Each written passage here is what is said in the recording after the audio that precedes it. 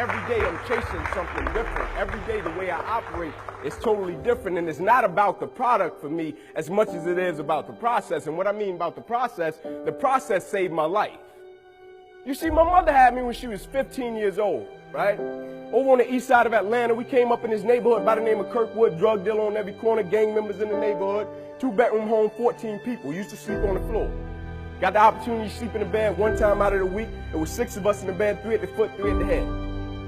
And I came up with this dream pretty quick. I said, man, I want to go to the NFL because I had 8 uncles in that house, all 8 of which are still going in and out of prison.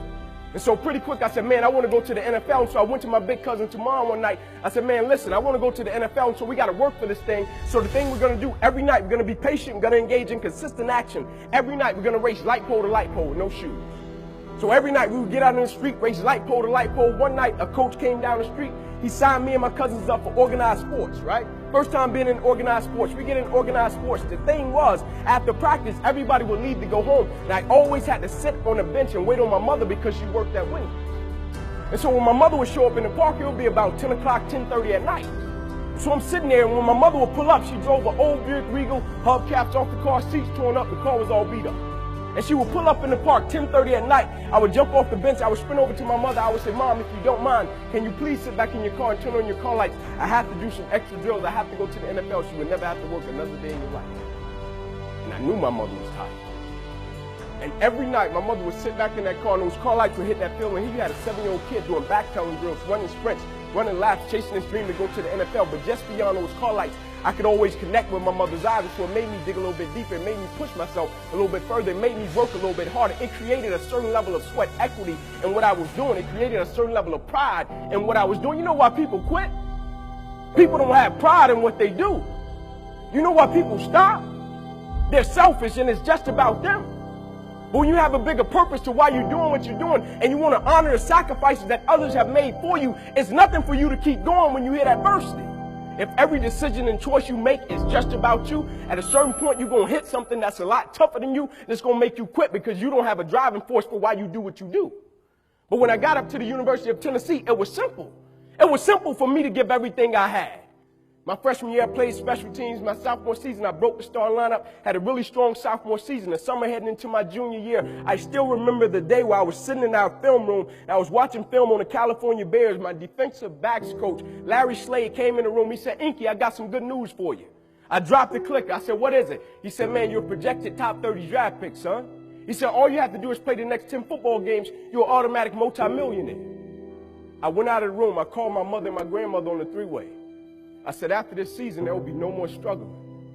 I said, we would never miss another meal. I said, we would never experience another Christmas where we have to stand on the side of the curb and just be grateful. And I hung it up. First football game, I went out, played great, got an interception, shut Cal down. Second game, we're playing against Air Force, got late in the game, fourth quarter, guy dropped back, he threw the ball to a receiver coming down my sideline. Me and the guy, we went head on. As soon as I hit the guy, I felt as if every breath in my body left. Body went completely limp, fell to the ground, I blacked out. Never happened to me before. When my eyes opened, I'll never forget, my teammates ran over, they said, Ink, get up, let's go. I said, I can't. I said, I can't move. They said, what do you mean you can't move? You're our lockdown corner, man, we need you, let's go. I said, I know, man, but this time I can't move. I flipped my head up to the sky, I said, God, I said, surely nothing is happening in this moment that can alter my life. They got me over to the hospital, they took me back, they ran CAT scans, they brought me back into my room, and all in a 15-second time frame, the doctor came running in from the opposite side. He said, hey, get in here, we got to rush this guy back to emergency surgery, he's about to die. I said, what? He said, son, you have busted up the subclavian artery in your chest, you're bleeding internally, we have to rush you back, take the main vein out of your left leg, plug it into your chest in order to save your life. When I opened my eyes from recovery, the same doctor was over me. He said, son, had some good news and some bad news for you. I said, you got some bad news for me? I have to tell him I was about to die. I'm still alive. How bad can it get? I'm still here. He said, the good news is we saved your life. I said, thank you, sir. He said, the bad news is, Ink, you have nerve damage in your right shoulder. I said, okay, cool. He said, but son, it's a strong possibility that you probably can never play the game of football again in your life. I said, no way. I said, no disrespect to you, Doc, but I've been working for this ever since I was 7 years old. I said, no disrespect to you, Doc, but you wasn't in the park with me and my mother. When I was 7 years old and she was sitting in that Buick Regal, she got done working at Wendy's. No disrespect to you, Doc, but you didn't come up in that 2-bedroom home, 14 people sleeping on the floor. No disrespect to you, Doc, but you didn't miss those meals and stay focused and never made an excuse. I never cheated. I never cheated. Like my conscience still until this day won't let me, like I can't cheat. I can't look myself in the mirror and say, Ink, you did a good job knowing that I cheated. I can't cheat. One of the greatest pieces of advice that my mother gave me was this: son, whenever you start, you make sure you finish it. And the problem with the world today, people get involved with things, and if they don't like a certain person, if they don't like the process, if it's not what they thought it was, they quit. And what they don't understand about quitting becomes a habit that doesn't just affect you. Later on in life, when you get a wife and you get some kids or you get a family, it's going to come back to hunt you, and it will one day affect them. That is why I tell you the process is more important than the product. It's not even about the outcome for me. It's about, can you take pride in what you do as an individual, and every night when you look in the mirror, knowing that you gave everything you had to it. And we have to get to the point where we're willing to impose our will on certain things. Impose your will on it. My life totally changed. And they gave me an opportunity to stop.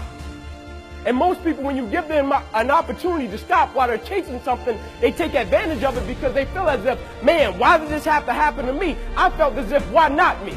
This is the perfect opportunity to use this to be a blessing to somebody else. And you know what? It's not even about me to be truthful. It's not even about me. Now it's about repaying the people that invested in me and saw something in me when I couldn't see it in myself. At a certain point in life, it can't just be about you.